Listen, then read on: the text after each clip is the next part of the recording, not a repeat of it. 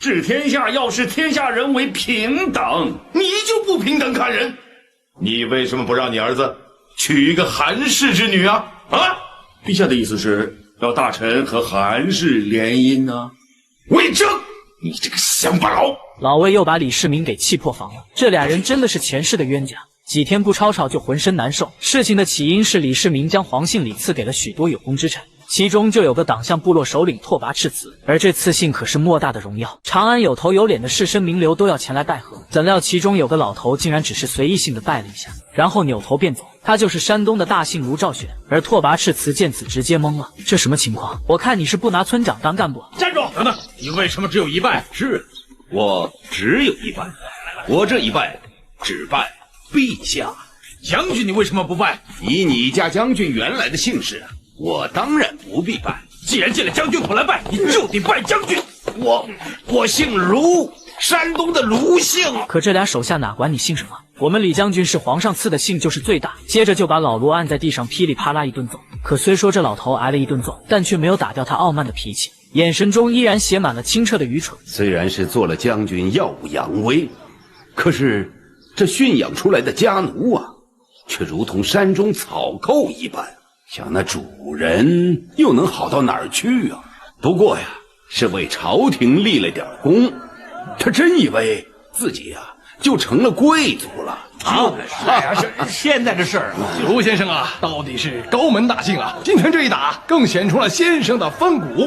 虽说几人嘴上谈论的爽翻了，但是却忘了隔墙有耳。他们对关陇李姓不敬的对话，正巧都被长孙无忌的门人王山听到。没多久，此事便传到了李世民的耳中，这让他瞬间勃然大怒：竟有人敢看不起我赐的李姓！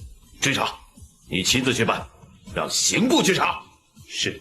可怎料无忌还没开始着手调查卢兆选呢，得知消息的魏征就跑来阻止李世民。他的理由也很简单：不可扰民。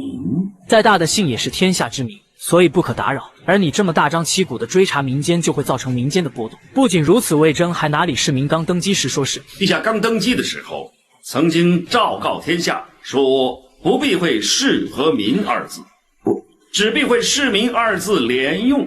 所以殷国公仍然可以称其姓名为李世继，而不必改称李继。我觉得陛下这么做本意是仁厚，希望民间不必因为避讳而徒增烦恼。魏征，陛下，今天查卢兆玄，我觉得可比照当年的诏令了，不必追查了。魏征的一番话下来，李世民插了好几次话都没插进去，这让他顿时怒火中烧。不必！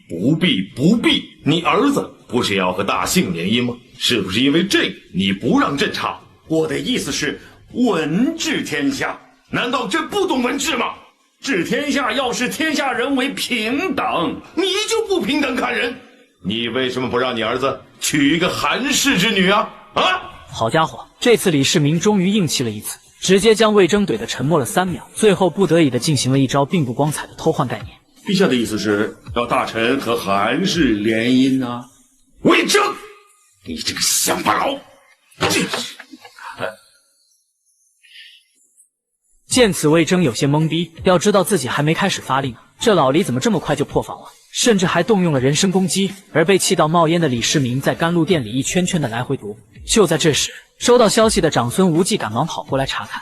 你跟我说，我怎么才能杀了这个老东西？是谁惹陛下生这么大的气啊？还能有谁？魏征！长孙无忌虽然与魏征常常政见不合，但此刻却没有对魏征落井下石，反而是恭喜李世民。你恭喜我？恭喜我什么？陛下喜得良臣，难道不应该恭喜吗？我都快被他气死了。长孙无忌并未接话，反而跪下说出了一番让李世民无比熟悉的话语。陛下，魏征时时不忘自己是个监军，这是大唐的幸事，陛下应该嘉奖才是。长孙无忌的话让李世民又想起了逝去的长孙皇后，同样的谏言在不同的时间都用在了同一个人身上，就是为了让李世民成为千古明君。我妹妹走了，哥哥还在，往事随风散，唯有这份期许永恒不变。想到这里，李世民心中的怒火顿时消了一大半，但心里却依然很不爽。虽说他是天子，但毕竟也是凡人，经常面对魏征的咄咄逼人，李世民难免也觉得自己受了委屈。你说我嘉奖他还少吗？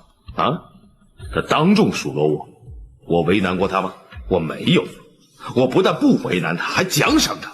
是，我知道他是个人才，可有的时候他的那种态度简直把我给烦死了。长孙无忌也不明白了，合着你心里都懂，那你怎么还这么大的火气？我一个皇帝生个气都不行吗？陛下是天子，怎么为了一个大臣，把自己弄得一会儿哭了，一会儿又笑了？张嘴是大道理，闭嘴就教训人，他简直把我当个孩子，他在利用我的宽容。你说我能不生气吗？